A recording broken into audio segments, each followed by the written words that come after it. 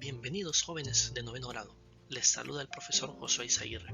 Continuamos trabajando en la unidad número 8, que es organización y presentación de datos, en su lección número 2, que es extracción de la información, con el tema media para datos no agrupados. El objetivo, calcular la media de un conjunto de datos.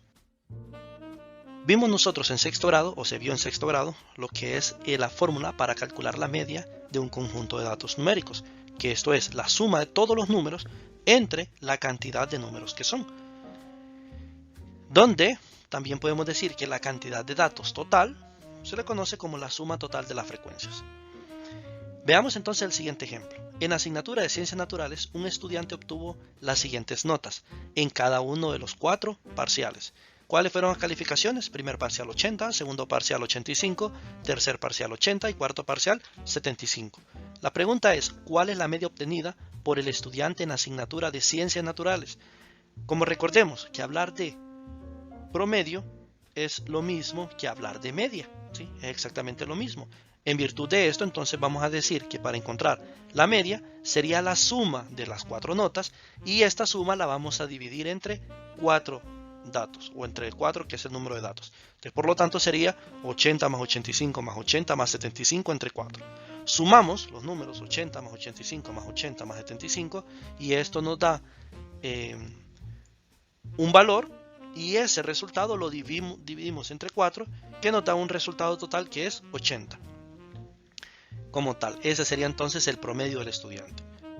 Veamos, aquí nos dice que la media también se puede calcular con datos que se repiten o datos con frecuencia. En el siguiente ejemplo podemos ver una aplicación clara de esto, que nos dice: en un corral se registró la cantidad de huevos que se pusieron las gallinas durante 2 semanas. Los datos se resumen en la siguiente tabla de frecuencia. Cantidad de huevos que pusieron en lo que sería 5 huevos, por ejemplo, lo tuvo una sola gallina. 7 huevos, 4 gallinas.